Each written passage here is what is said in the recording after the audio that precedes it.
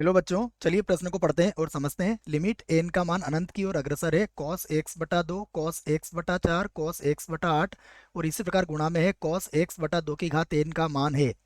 विकल्प A B C D, चार विकल्प दिए गए हैं। इनमें से हमें सही विकल्प का चुनाव करके बताना है। प्रश्न को हल करने से पहले हम प्रश्न के लिए मुख्य अवधारणा लिखेंगे। तो प्रश्न के लिए मुख्य अवधारणा जिसकी सहायता से इस प्रश्न को हल किया जाएगा। मुख्य अवधारणा में हम सबसे पहले एक मानक सीमा लिखेंगे जिसकी सहायता यहाँ पर ली जाएगी। ये भी याद रखें आप, लिमिट एक्स का मान अनंत की ओर अग्रसर हो और साइन एक बटा एक्स बटा एक बटा एक्स, इसका मान सदैव किसके बराबर होता है? एक के बराबर होता है। एक तो आपको ये याद रखना है। उसके बाद हम त्रिकोणमिति का सूत्र है उसका भी उपयोग यहाँ पर करेंगे, वो भी मैं लिख देता हूँ। त्रिकोणमिति का सूत्र है कॉस ए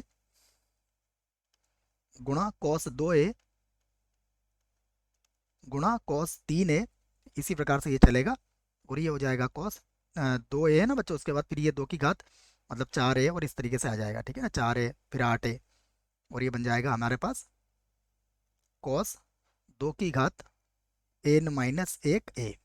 ये सूत्र है, दो की घातांक में ही होगा सब, दो, दो के बाद चार, चार के बाद फिर आठ, आठ के बाद सोलह, इस प्रकार से ये हो जाएगा। इसका जो सूत्र होता है जो याद रखना है आपको, ये कथन है एक, साइन दो की घात एन गुणा ए, ये कोण है इसका, बटे में होता है दो की घात एन और साइन ए, ये साइन ए बन जाता है। तो ये दो सूत्र है जिसका प्रयोग हम यहाँ पर करेंगे।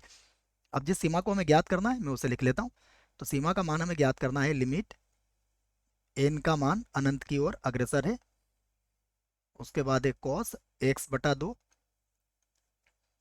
गुणा में है कॉस एक्स बटा चार और इसी प्रकार गुणा में है कॉस एक्स बटा दो की घात एन। ये दिया गया है, हम चाहें तो इसको ऐसा भी लिख सकते हैं बराबर लगा के, लिमिट एन का मान अनंत की ओर अग्रसर, मैं इस गुणा में है सभी तो मैं इसको यहाँ से लिख देता हूँ कॉस एक्स बटा दो की घात एन। उसके पहले कौन सा पद आएगा? कॉस एक्स बटा दो की घात एन माइनस एक आ जाएगा। इसी प्रकार अगर पदों को देखें तो यहाँ पर क्या आ रहा है? कॉस एक्स बटा चार और यहाँ पर है कॉस एक्स बटा दो, सभी गुणा में है और दो की घातांक में ही है। अब हम यहाँ पर क्या करेंगे? इस कथन का प्रयोग करेंगे। मैं इस कथन को पहले लिख लेता हूँ फिर समझाता हूँ आपको। उसके पहले हम समीकरण एक इसको बना सकते हैं, इसको हम समीकरण एक बना लेते हैं और अब यहाँ पर हम लिखेंगे कि हम जानते हैं, इसको हम आधार बनाएंगे बच्चों। तो मैं लिख लेता हूँ, हम जानते हैं, हम जानते हैं। क्या जानते हैं? जो सूत्र हमने मुख्य उदाहरण में लिखा था कि कॉस ए कॉस दो ए कॉस, इसी प्रकार आगे बढ़ेगा ये कॉस चार ए बोल सकते हैं आप, और इसी प्रकार ये हो जाएगा कॉस की घात, कॉस में है बच्चों घात नहीं कोण है इसका, दो की घात एन माइनस एक गुणा ए बराबर होता है साइन दो की घात एन ए और बटे में होगा दो की घात एन साइन ए, साइन ए। ठीक है, अब यहाँ पर क्या करते हैं हम इसको सूत्र में जमाने के लिए मैं मान लेता हूँ, माना माना एक्स बटा दो की घात एन, इसको मैंने किसके बराबर ले लिया? ए के बराबर ले लिया बच्चों। ठीक है, तो देखो अगर एक्स बटा दो की घात एन ए के बराबर है तो यहाँ से मैं क्या करता हूँ, अगर इसको ऐसा लिखूँ एक्स बटा दो की घात एन माइनस एक, तो यहाँ से दो इधर आ जाएगा तो ये दो ए के बराबर हो जाएगा।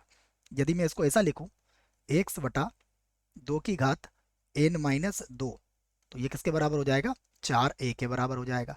और यही आप आगे भी इस प्रकार इसको समझ सकते हो। तो इस आधार पर अब ये क्या बन गया देखिए, मैं इसका मान समझा के लिख देता हूँ आपको। तो ये होगा कॉस ए किसके बराबर होगा? एक्स बटा दो की घात एन के गुणा ये हो जाएगा कॉस एक्स बटा दो की घात एन माइनस एक। और इसी प्रकार देखें तो अंत में हमें क्या मिलेगा? यहाँ से मिल जाएगा हमें कॉस दो ए, यहाँ पर देखो ये एक्स की घात दो माइनस एक है, यहाँ एक्स की घात एन है जिसको मैंने माना है, ठीक है ना, ये दो की घात एन माइनस एक। और इसी प्रकार यहाँ पर हम चाहें तो इसको लिख सकते हैं कॉस एक्स बटा 4 हो जाएगा, और यहाँ पर हो जाएगा कॉस एक्स बटा 2। बनाया जा सकता है यहाँ से। अगर एक्स बटा 2 का भी मान निकालेंगे आप, तो ये मान किसके बराबर आ जाएगा वो भी देख लीजिए आप, है ना। यहाँ पर सारी बातें स्पष्ट रूप से, ये 2 की घात n-1 तक है बच्चों। तो अगर n-1 तक की बात करेंगे तो क्या निकलेगा, 2 की घात n-1 a, ये हो जाएगा x बटा 2 के बराबर। चाहो तो मैं यहाँ करके बता देता हूँ आपको, देखो ये x बटा, अगर 2 की घात, केवल 2 की बात करा जाए, x बटा 2 का मान निकालें तो क्या हो जाएगा, 2 की घात n-1 और गुणा a के बराबर हो जाएगा ये। तो ये सारे मान मैंने यहाँ पर लिख दिए हैं। अब ये किसके बराबर होगा, देखो अगर हम इसका मान ज्ञात करें तो यहाँ पर भी हमें यही मान रखना पड़ेगा। तो ये होगा साइन, अब 2 की घात n किसके बराबर हो जाएगा, देखो अगर 2 की घात n गुणा a का मान देखें तो ये तो साइन x बन गया, और बटा 2 की घात n है, तो 2 की घात n किसके बराबर होगा, x बटा a के। ठीक है बच्चों, यहाँ पर देखिए सारे मान रखना पड़ेंगे आपको। यहाँ 2 की घात n है, अगर 2 की घात n का मान हमें निकालना है तो ये x बटा a हो जाएगा। तो ये हो जाएगा x, और बटे में कितना आ जाएगा हमारे पास, a के बराबर। ये लिख दिया मैंने x बटा a। उसके बाद देखें तो ये बन जाएगा हमारा साइन a। तो साइन, और a का मान क्या होगा, देखिए x बटा, और यहाँ पर हो जाएगा 2 की घात n के बराबर। ये सारे मान हमने यहाँ पर रख दिए हैं, ठीक है। और हम चाहें तो इसको ऐसा भी लिख सकते हैं, साइन x, उसके बाद बटा, अगर x बटा a का मान हम नहीं रखना चाहते हैं तो x बटा a का मान 2 की घात n भी रख सकते हैं आप, क्योंकि इसकी आवश्यकता हमें ज़्यादा लगेगी। और ये हो जाएगा साइन x बटा 2 की घात n, बात एक ही है। अब ये जो मान है हम कहाँ रख देंगे, समीकरण 1 में रख देंगे बच्चों। तो यहाँ लिख सकता हूँ मैं अब समीकरण 1 से, यहाँ पर लिख लेते हैं हम समीकरण 1 से यदि मान रखे जाएं तो ये किसके बराबर हो जाएगा, देखो ये हमें पूरा लिखना पड़ेगा। सबसे पहले लिमिट, समीकरण नंबर 1 में लिमिट क्या थी हमारे पास, कॉस एक्स का मान अनंत की ओर अग्रसर, पहले एक्स का मान अनंत की ओर अग्रसर, उसके बाद एक कॉस, ये था एक्स बटा 2 की घात n, एक्स बटा 2 की घात n। और इसी प्रकार जब हमने इसको हल किया तो अंत में क्या मिला, हमें हमें मिला है कॉस एक्स बटा 4, कॉस एक्स बटा 4, उसके बाद गुणा में है कॉस एक्स बटा 2। ठीक है, अब इसको जब हल करेंगे तो हमने समीकरण नंबर 1 की सहायता यहाँ पर ले ली है, और ये मान हम यहाँ पर रख सकते हैं। तो फिर से हो जाएगा ये लिमिट एक्स का मान अनंत की ओर अग्रसर, यहाँ बनेगा साइन एक्स, बटे में आ जाएगा 2 की घात n, और यहाँ पर हो जाएगा साइन एक्स बटा 2 की घात n। ये बन गया। अब इसी के बराबर देखिए इसको किस प्रकार से लिख सकते हैं हम, ये होगा बराबर, यहाँ पर तो है साइन एक्स, है ना, लिमिट भी लिखना है, लिमिट n का मान अनंत की ओर अग्रसर है, तो साइन एक्स तो वैसे ही रहेगा। अब क्या करेंगे हम, यहाँ पर हमें क्या चाहिए, देखिए यहाँ पर क्या करेंगे, साइन एक्स बटा 2 की घात n है, तो यहाँ पर साइन एक्स बटा 2 की घात कितना है, n है। तो मैं क्या चाहूँगा, मैं चाहूँगा कि इसके बटे में कितना आ जाए, 2 की घात n, एक्स बटा 2 की घात n आ जाए। तो एक्स बटा 2 की घात n आ सकता है, बस इसमें 2 की घात n को तो हम बटे के बटे में लेके आ गए, यहाँ एक्स का हमें क्या करना पड़ेगा, फिर से गुणा भी करना पड़ेगा। और यहाँ पर अब सीमा का प्रयोग हम कर सकते हैं, मानक सीमा लगा सकते हैं। हम चाहें तो इस बात को कह सकते हैं कि यदि n का मान अनंत की ओर अग्रसर है तो 2 की घात n का मान भी किसकी ओर अग्रसर होगा, अनंत की ओर ही अग्रसर होगा।